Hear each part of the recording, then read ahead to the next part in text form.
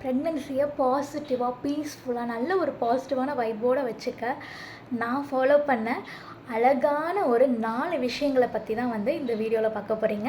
அது என்னென்னு பாருங்கள். கண்டிப்பாக ரொம்பவே யூஸ்ஃபுல்லாக எஃபெக்டிவாக இருக்கும். அதை நீங்கள் வந்து உணர முடியும். அதை உணர்ந்துட்டு அது எப்படி இருக்குன்னு சொல்லிட்டு மறக்காமல் கமெண்ட் பண்ணுங்கள். என்னென்ன அந்த ரொட்டீன் அப்படிங்கிறத இந்த வீடியோவில் பார்க்கலாம்.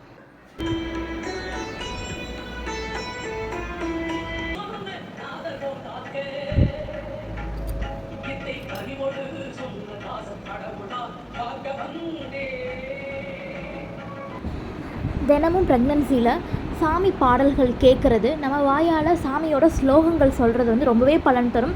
ரொம்ப காமாக பீஸ்ஃபுல்லாக நம்மளும் ஃபீல் பண்ணுவோம், பேபியும் ஃபீல் பண்ணுவாங்க. ஸோ வந்து நான் தினமும் விநாயகர் அகவல், கந்தசஷ்டி கவசம், கற்பரக்ஷாம்பிகை 108 போற்றி வந்து சொல்லிகிட்டு இருந்தேன். ஸோ வந்து அவ்வளோ பீஸ்ஃபுல்லாக நமக்கும் ரொம்பவே நல்லது, நம்ம குழந்தைக்கும் ரொம்பவே நல்லது. கண்டிப்பாக ட்ரை பண்ணி பாருங்கள். சரவண பவனி சைலொலி பவனி திரிபுர பவன் கந்த சஷ்டி கவசம் விரும்பிய பாலந்தேவ. இதெல்லாம் வந்து நீங்கள் ஸ்டார்டிங்கிலிருந்தே படிக்க ஆரம்பிக்கலாம். அதாவது நீங்கள் ப்ரெக்னன்சி கன்ஃபார்ம் பண்ணதுலேருந்தே வந்து நீங்கள் வந்து ஸ்லோகம் படிக்க ஆரம்பிக்கலாம். ஃபஸ்ட்டு நீங்கள் பார்த்தே படிங்க. போக போக நீங்கள் பார்க்காமையே படிக்க ஆரம்பிச்சிருவீங்க. ஏன்னா நம்ம ரெகுலராக படிச்சுட்டு இருக்கோம் இல்லையா, அதனால் நம்மளுக்கு அப்படியே மனப்பாடமே ஆயிரும். எல்லாமே ரொம்பவே நல்லது.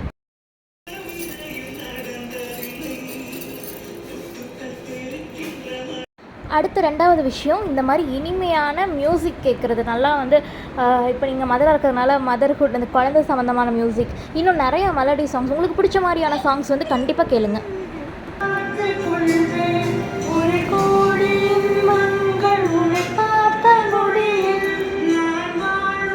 நீங்கள் வந்து சாங்ஸ் நீங்களும் வந்து உங்கள் குழந்தைக்கு பாடலாம்.